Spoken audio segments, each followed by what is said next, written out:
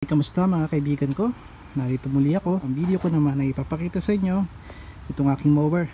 Lagi kong maasahan pero last time kinapos ng pagtabas ng damo dahil ayaw na mag-start. Mukhang nadumihan somehow, nakapasok ang dumi sa karburador.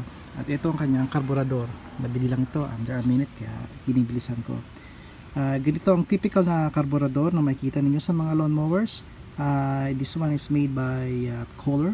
It's a Chinese made in China, pero decente siya. Bihira akong sabihin nyo sa mga made in China na mga produkto. Ito siya, inayos ko, madali lang to. Rekomendado ko na maging pamilyar din kayo niyan kung kung may mga mower kayong katulad dito para tipid